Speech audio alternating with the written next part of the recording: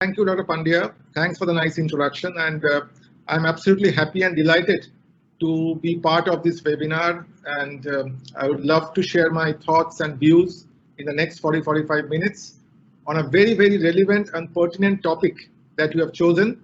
And it cannot be more pertinent at a time which is so unprecedented for the entire business world, when the entire health crisis has snowballed into a kind of a financial crisis, which has finally resulted into a huge amount of, I would say, anxiety, at the same time turmoil in the world of business.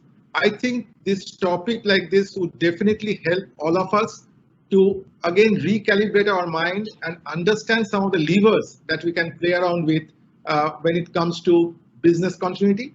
And this reminds me of a book written by Nassim Nicholas Taleb. I'm sure all of you have heard about him. This book was named Anti-Fragile: Things That Gain from Disorder. So in that book, he has written about and he has given a lot of valuable insights on the fact that there are a lot of things, elements in the entire world and ecosystem, which actually gain from the chaos, and at the same time the disorder and the uncertainty that prevails when any kind of black swan event happens in our lifetime. And this is one event, that COVID-19 crisis that we are all going through is one such black swan event of a very high degree of uncertainty and ambiguity, which has thrown all of us in a turmoil. And he has mentioned in that book that actually, if you have to build an anti-fragile organization, you need to consciously build agility in the organization. And every time you go through such a crisis, the anti-fragile organization actually change for the better. It's a very valuable insight, and nothing can be more valuable as an insight at a time when we are going through this kind of business uncertainty. And I'm sure if all of us in the organization actually put our mind and heart and consciously do some of these things and pull some of these business levers that are available to us, we can not only create a revival of the business, but also we can ensure long-term sustainability and profitable growth for our business and whichever sector that it belongs to. Okay, so with this, let me move to the next slide. Yeah, I did not expand this. It's about volatility, uncertainty, complexity, and ambiguity. So, but I think any event like this actually makes this VUCA the new normal for our daily business life. And when we're talking about the new normal being the new VUCA, what actually has changed is something we need to understand. In my mind, the C of VUCA has actually changed from being complicated to complex. So if I have to give an example for understanding in a simplistic manner, all of us are aware of this game called chess, where we have two players and there are 32 pieces in the game of chess, right? Now, every move that any of these player moves, the next move by the second player can have, the first move itself can have 15,000 outcome or combinations. The second move can generate 60,000 outcome. And the third move onwards, the outcome can be 60,000, not only 60,000 from the second, but it leads to a couple of billion outcomes. So, but still we can manage the number of outcomes, or we can predict the number of outcomes through the law of probability. Now think of the next game, again an indoor game, a game of snooker. In that game, again we have 22 balls, which is 10 less than the 32 pieces we have in a game of chess. There, if one of the player changes the angle of the stick with which he or she hits the ball, if you change the angle even by half an inch or half a centimeter, just think of the number of outcomes it can have once he hits the ball. The number of outcome becomes endless. And that's the endless possibility that a complex business world throws in. The reason I'm giving this example is how the world of business has changed from being complicated to complex, where the outcome is no longer managed or predicted by the law of probability, it has endless outcomes. And that's where I mentioned that the C of VUCA has actually changed from being complicated to complex. Our human brain actually is used to, over a period of time through the natural evolution, we are all used to process the past incidents and then predict for future and prepare us for the future. But when the predictability becomes endless, when the outcome becomes endless, our human brain has constrained to scale up and manage that predictable outcome or predict that predictable outcome. And that's where the human brain has to take help of technology, which I'll come at a later stage of this discussion, how technology is being embraced by the human brain and why reluctantly all of us as human beings, as managers, we have to embrace technology to scale up our human brain capacity, both in terms of our physical capacity as well as our intellectual capacity. Okay, so I think that's where the change is happening and the new VUCA is getting created. Now, coming back to the business model itself, all of us are aware, and you must be reading in your various research and reports, that the last 50 years we have seen that the average lifespan of the Fortune 500 companies have shrunk from 33 years to 15 years. What does that mean? That means business, irrespective of the fact that they are successful business houses or global corporations featured in the Fortune 500 list, they are unable to sustain their business models. And on the other hand, the life cycle of the business is shrinking. And sustainability of the business is becoming a big question mark. 85% of the global corporations which featured in the Fortune 500 list 50 years ago no longer exist in the list. And the prediction is that 40% of those which are featured in the global Fortune 500 list today will no longer exist in the next 10 years.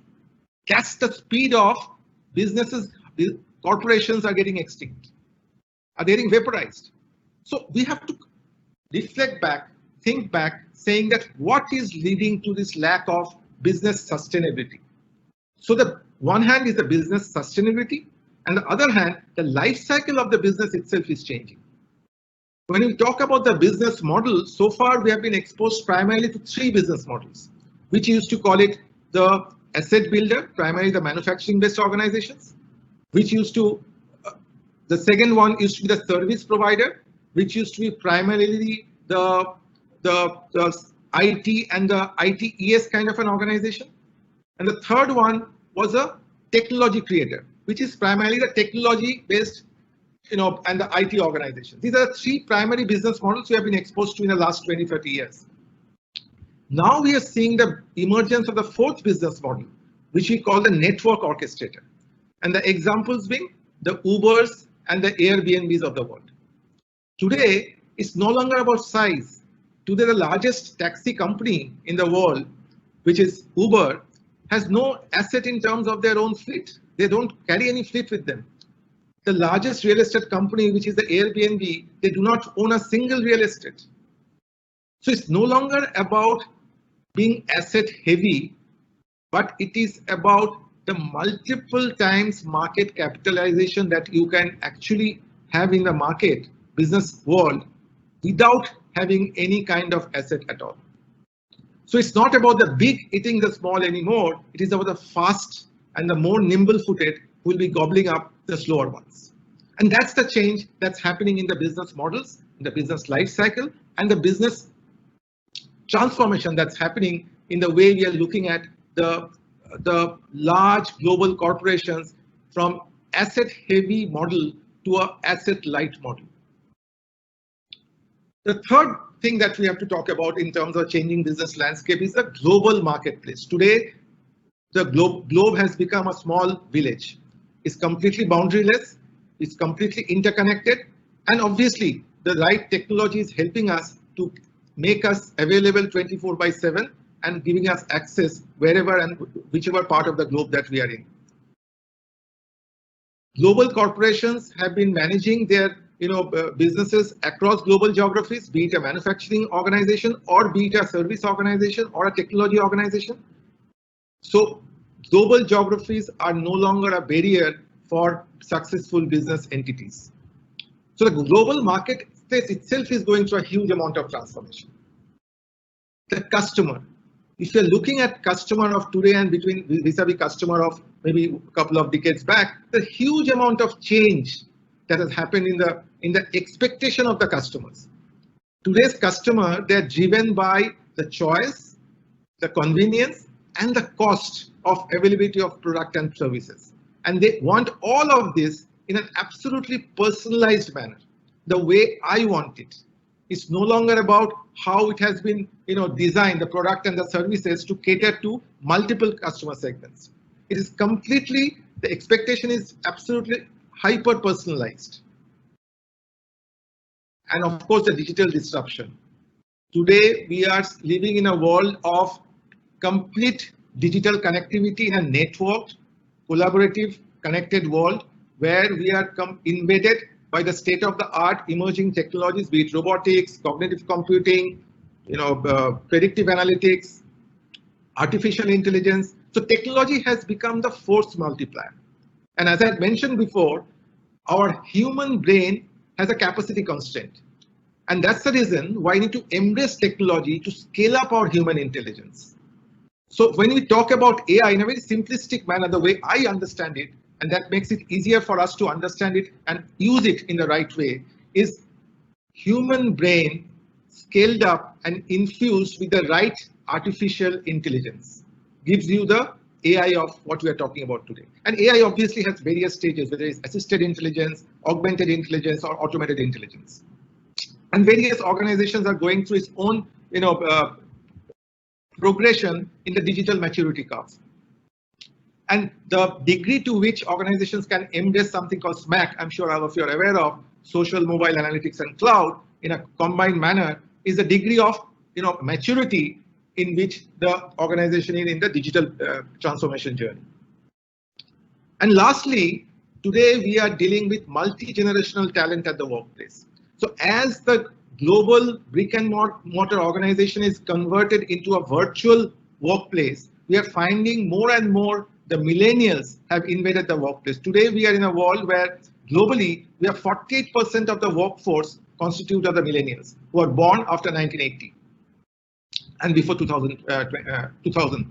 So and people who are born after 2000, we call them Gen Z, and they have already started knocking the door. So that's the fourth generational talent that we need to deal with, and we have already started dealing with them in the form of interns and trainees that they have started stepping into the business world.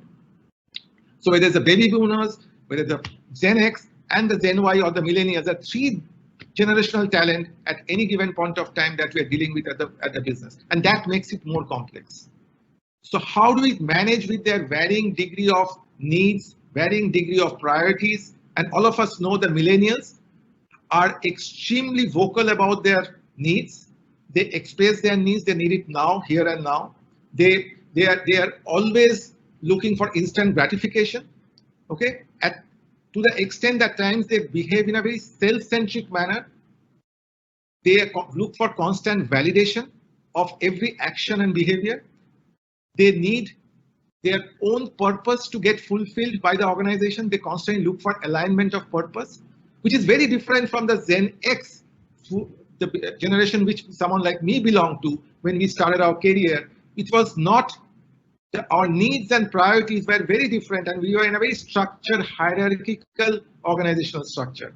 And the society itself actually encouraged that kind of an organizational structure. So if you have to call it a discipline, if you have to call it the entitlement, if you have to call it priorities, everything was different vis-a-vis the millennials or the Gen Y that we are dealing with today.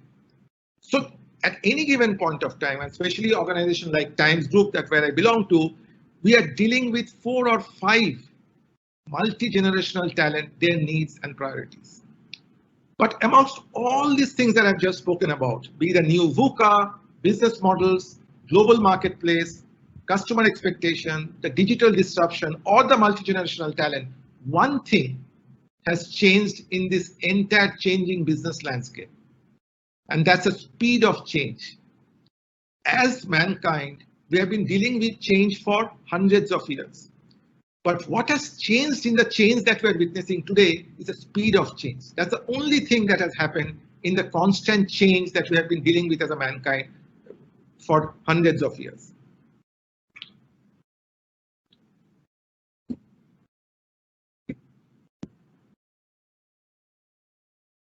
Paradigm.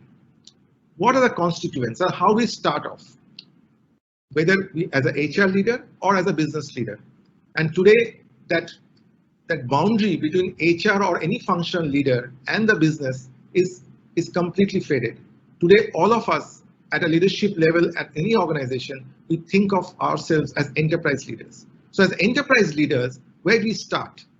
The starting point in my mind is the customer. And that's where we have to wear the hat of being a design thinker and apply the design thinking principles of deep understanding of the needs of the customer. And that's where it has to all start.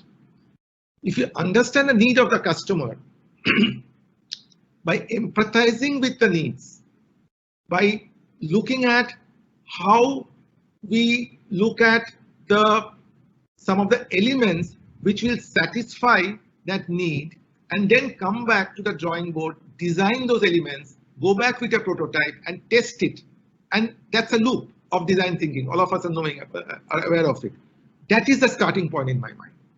And for doing that, we need to start off with that capturing of the customer expectation. Unless we capture the expectation of the customer, we will not find the gap which we need to fulfill. And to fulfill that gap, we need to build the organizational capability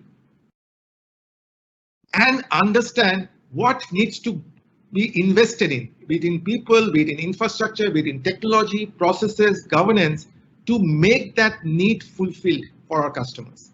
So all of it starts with the customer centric mindset that we need to build in the organization.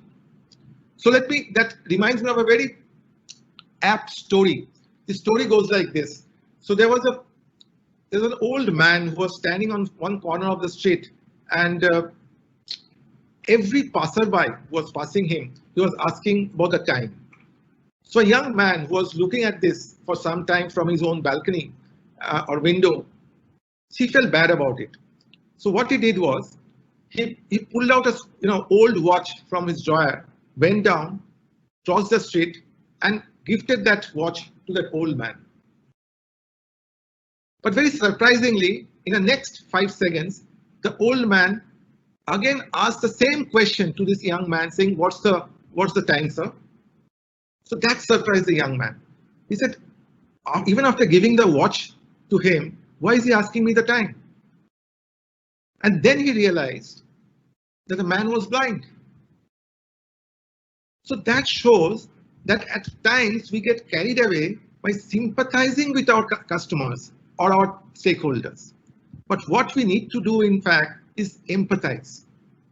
And that's the big difference between sympathizing and empathizing, and start off of our design thinking principle. So I always find this small story extremely apt to explain our customer-centric mindset and how do we apply the design thinking principles.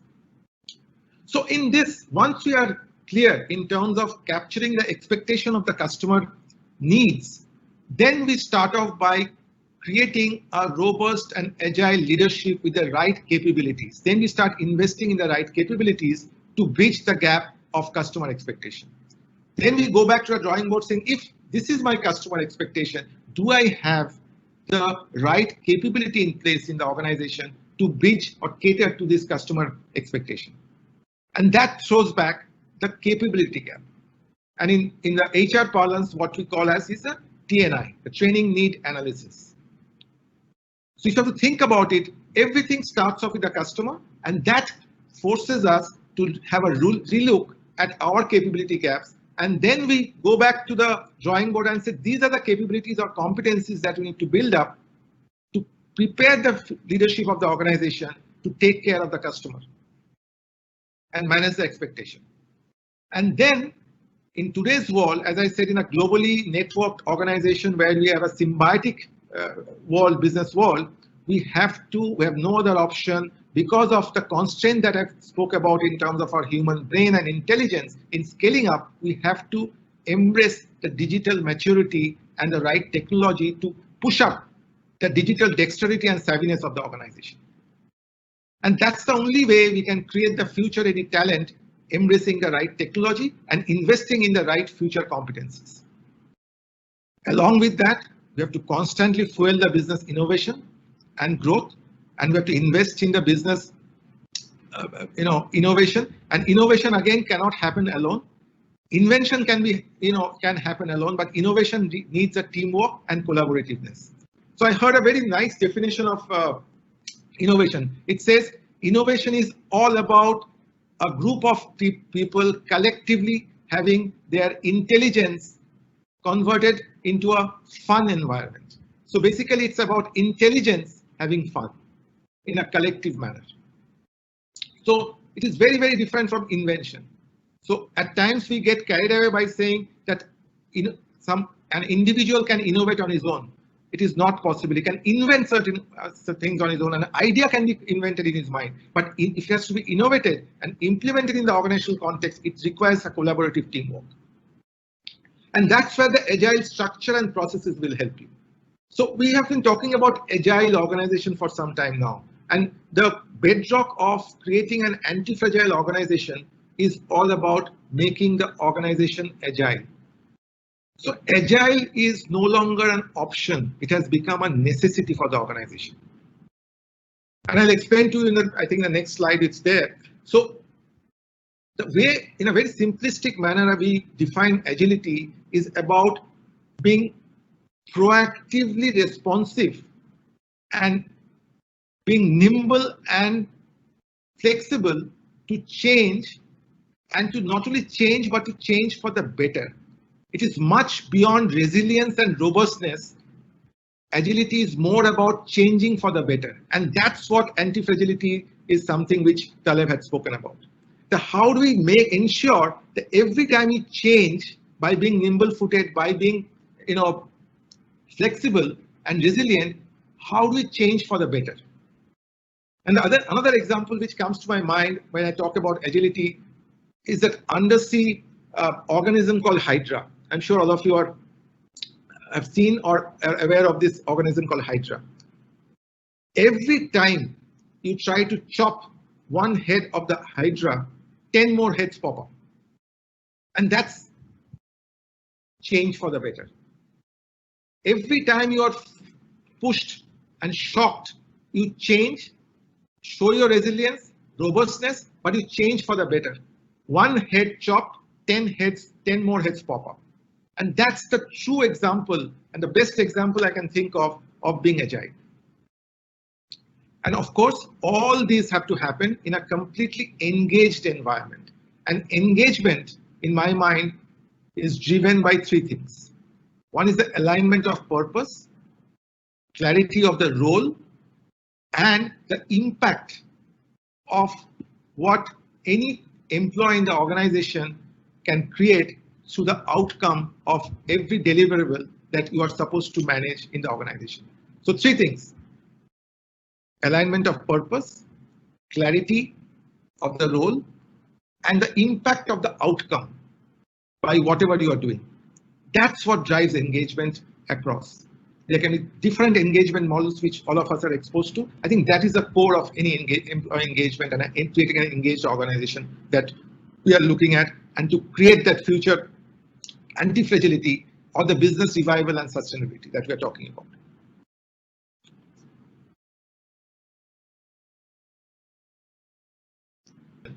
And for a time, for the purpose of this discussion, let's restrict this value creation piece at an organization level.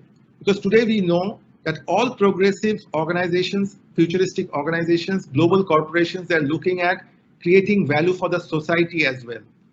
That's why we are more and more talking about social enterprises. It is no longer about the business value, but also about the social value that you create through your products and services. And consciously, the organizational leadership has to pull certain levers which not only restrict the value creation within the enterprise, but it has a ripple down and overflowing effect in the society as well for long-term sustainability and growth. But for the purpose of this discussion, let's restrict it to the business organization only when you talk about the value creation. So what are the business levers that we have? There are three blocks. One is the leadership, the employees, and the organization. Now, when you are talking about the leadership, I think more and more we are feeling the need for a bold, authentic, humble, and vulnerable leader, which shows agility in every behavior and action. Gone are those days when leaders, they are respected for the hierarchical position or the title that they used to hold. Today we are talking about people leadership, we are talking about adaptive leadership, where the business leader is more like a shepherd who's managing the organization from, or influencing and guiding the organization from the back, which we call leading from behind. Gone are those days when people will respect you only because you are sitting in a particular position or holding a certain title. So that's when you need to demonstrate more of authenticity, more of vulnerability, and obviously high degree of humility. You need to have a high degree of tolerance to ambiguity and uncertainty. It's a must, because as I mentioned, as the sea of VUCA has changed from being complicated to complex, more and more you have to develop this high degree of tolerance to ambiguity and uncertainty. The leadership has to have a shared vision and align the purpose of the organization with the rest of the employees in the organization. They have to constantly connect, influence, and communication is the key. That's the only binding force which leadership can use to actually bind the entire organization and shepherd them towards a progressive path and take them along in the journey. The leaders have no other option but to not only appreciate technology, but also to adopt technology. And when I say technology, the right technology, it's no point romancing with the technology just as a fad, but you need to appreciate technology and understand which are the right technologies to pick up to actually help you augment your productivity in the organization, at the same time create the right experience for your employees in the organization. And goes without saying, this has to be having an inbuilt ownership and accountability of every leadership team member in the organization. And I've already spoken about this hierarchy-less adaptive people leadership, where no longer the hierarchy will be the deciding factor for you to be accepted, admired, and followed in the organization any more longer. And we have seen that in early 2000 onwards, we have seen the best of global leadership, where the early leadership model of leader as a hero model, where you have the lot of, I'm not going to name anybody, but there have been a lot of those revered leaders in global corporations. Overnight, there was a question mark on this leader as a hero model because of certain disgraceful conduct by some of them. And over a period of time, some of those, I would say, admired organization crashing like a house of cards and unable to sustain some of this chaotic and some of these black swan events that we have seen, whether it's a Y2K crisis, whether it's a SARS crisis in 2003, or the last global financial crisis in 2008 or 9. So that made organization move away from that leader as a hero model to more of an adaptive people leader, where anybody and everybody at that point of time in that particular business context can pick up the leadership mantle, and the rest has to follow him or her. That's adaptive people leadership. It's like more like a jazz orchestra, that there's no one leader. Whoever picks up the rhythm becomes a leader at that point of time. And the true leadership today is like a conductor in an orchestra. And that's what I've been talking about in various other forums, that how HR has to transform itself to become more like a conductor in an orchestra, where without having knowledge and expertise on any specific instrument, musical instrument, he or she has to actually conduct that entire diverse set of musicians and guide them to actually create a harmonious musical outcome. That's the future of leadership. And more, I think HR is the best position at this point of time to play that role in the organization context. And that's a very, very critical component of this value creation that we're talking about. Now let's talk about the employees. What are the qualities and the competencies that we look for from the employees in this new age business world, which will create value for us? And what HR need to do to ensure that we consciously invest in this kind of competencies? Number one is a growth mindset. And what is a growth mindset? Growth mindset is nothing but experimentation, taking risk and accountability without any fear of failure. You have to constantly think of new ways of doing things, constantly question the status quo, and invest in new ways of doing things, experiment, and organization need to actually ensure the individual from failure from experimentation. As long as we learn and pick up the insights from our past failures and don't repeat those mistakes. We have to invest in critical thinking. Critical thinking is not about what we think, it's more about how we think. And of course, digital savviness, it's a given. The benefit that we have with the millennials is that they are born with technology. They have grown with the Facebook.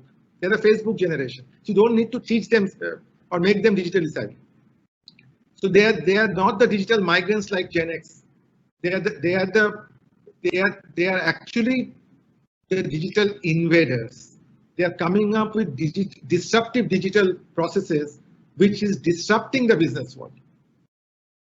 But our job as leaders in the organization, and since we are talking about HR, our HR leadership has to create more of creative disruptors in the system. Collaborative and empowered mindset, learning agility. It's a very, very critical component in the entire thing. We have to constantly learn, unlearn, and relearn. As Steve Jobs, most of you have heard, he mentioned that you have to stay hungry and stay foolish.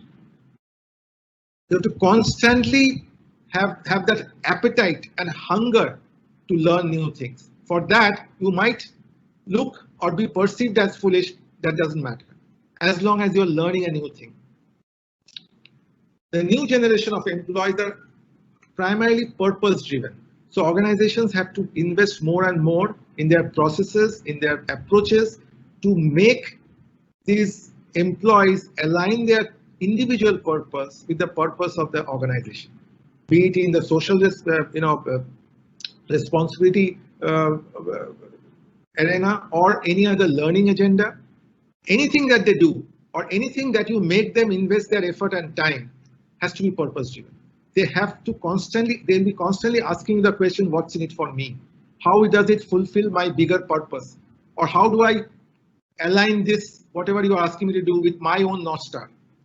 I think that's purpose driven.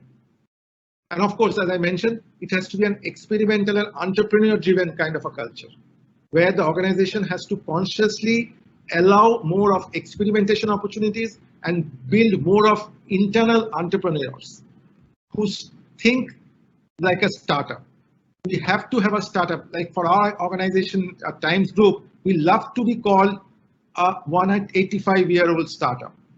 While we have all the legacy and the richness and wisdom which we carry for last 185 years, we always love to say that we are so high in our degree of innovation and creativity that we love to be called a 185-year-old startup. And as I said, we need to have more and more creative disruptors in the organization. So it's a continuous learning, unlearning, and relearning. Now when we are talking about the organization, the way the organization is getting transformed today, and I love to talk about this WWW, it has to be a simultaneous transformation of work, workforce, and workplace through this creative disruption process. Organizations has become completely interdependent, network, much more flatter and agile. Obviously, they are moving up the digital maturity curve. They have become extremely innovative and collaborative.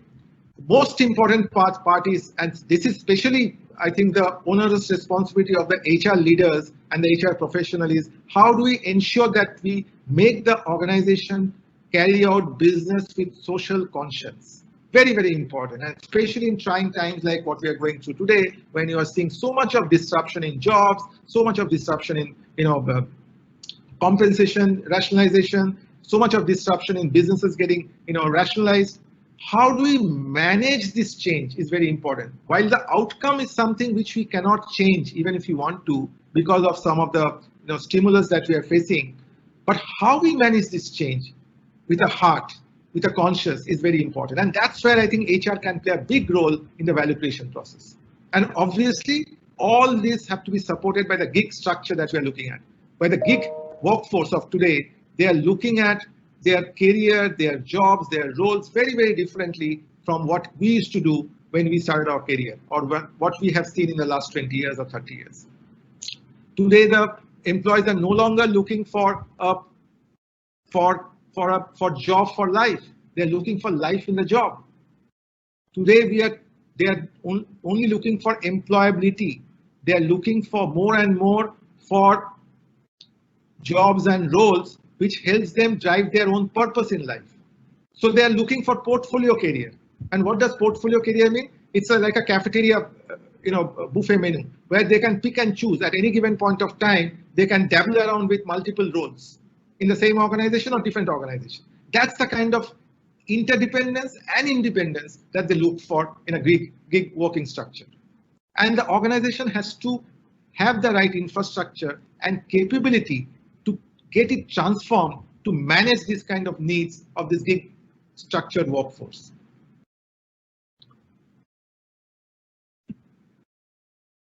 Period of time from being a business support function to a business partnering function to a business enabling function, and now we are talking about business value creating function. How do we create business value? I think that's the paradigm that has shifted over a period of last 2 or 3 decades. And that has helped, and I'm not going to each of these points, but more or less what we are seeing is how we progressed in terms of how we look at our deliverables, our thinking, and the outcome that we create for the business, which has helped us to move up the value chain and helped us create more and more enterprise value. So if you have to look at a couple of examples, like for example, when we looked at, say, payroll and benefits in the 80s or early 90s, then we moved, when we were playing the role of a business partner, we started talking about compensation management. And now we are talking about total rewards architecture, where it's much more salary plus. It is not about the compensation of the monetary benefits. There are a lot of intangible benefits which now gets added and built in to create that total rewards package, which helps not only to attract talent, but also to retain talent. Yeah. Similarly, for the way we are managing the entire performance appraisal process, from appraisal to performance management to performance enablement, and today we are talking all about experience and productivity. And this productivity is a new way of looking at productivity with a combination of man and machine effort and competence. What's the outcome that we can create through this right infusion of machine intelligence on human intelligence, and create an outcome which redefine the productivity metrics. So that's the new age of value creation when we are talking about business value creation by HR.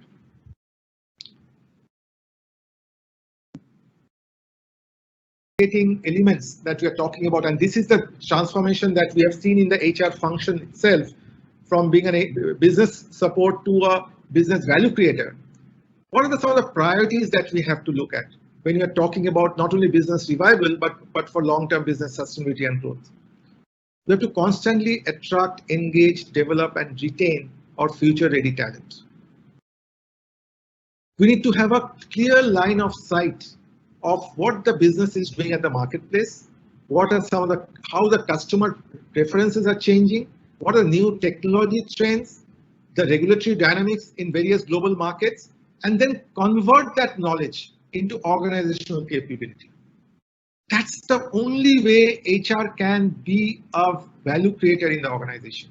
We need to recreate our talent ecosystem to create this value for the enterprise.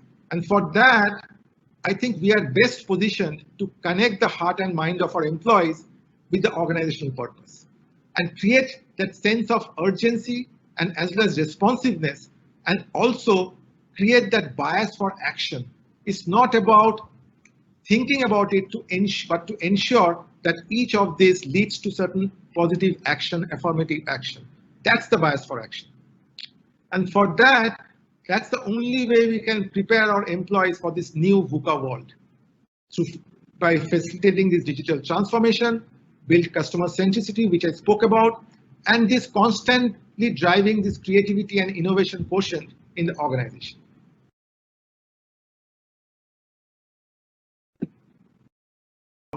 The first driver being the overarching organization purpose and business imperatives.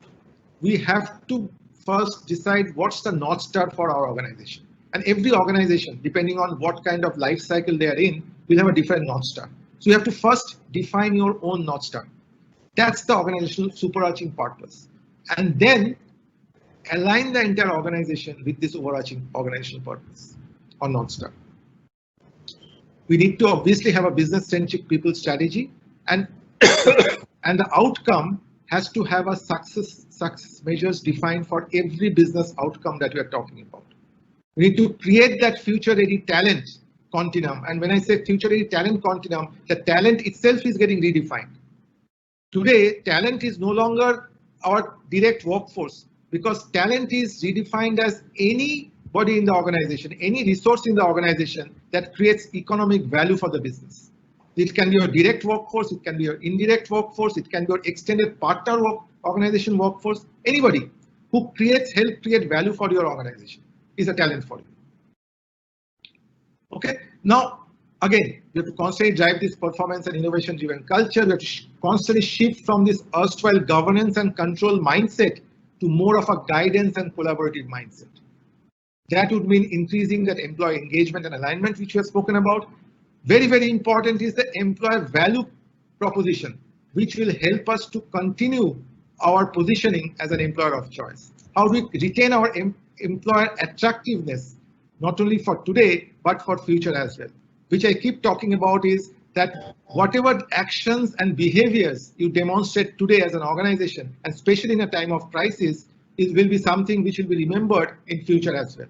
And that's the employer of choice, and that's how we can build your organization as a preferred destination for the future talent market. And the only way you can do it is to create that integrated and dynamic capability continuum, which I said talent getting redefined. For example, think of a hotel organization or a hotel business. We all when we travel, when we are getting picked up from the airport by the hotel chauffeur, the chauffeur who picks up and engage with us from our journey from the airport to the hotel may not be, in most of the cases, a direct workforce of the hotel. But he is creating that moment of truth for the traveler or the visitor or the guest, which helps the traveler or the visitor or the guest make or break his decision or her decision in choosing the hotel the next time. So irrespective of the fact that that chauffeur of the car or the vehicle is not a direct employee, but he's creating huge economic value for the business. So the point I'm trying to make is, as an organization, we have to identify these pockets of resources, irrespective of which end of the continuum they reside, whether direct or indirect. That's your talent redefined for the organization, and you need to invest consciously in that talent segment. We have to start off by saying that, first of all, we need to ensure that we have to at times take off that hat of being an HR domain expert. We have to adopt and embrace multidisciplinary skills. We have to be solution oriented. We have to understand what my stakeholders want and what are their expectations. That is the multidisciplinary hat that you need to first wear. You need to constantly anticipate the change.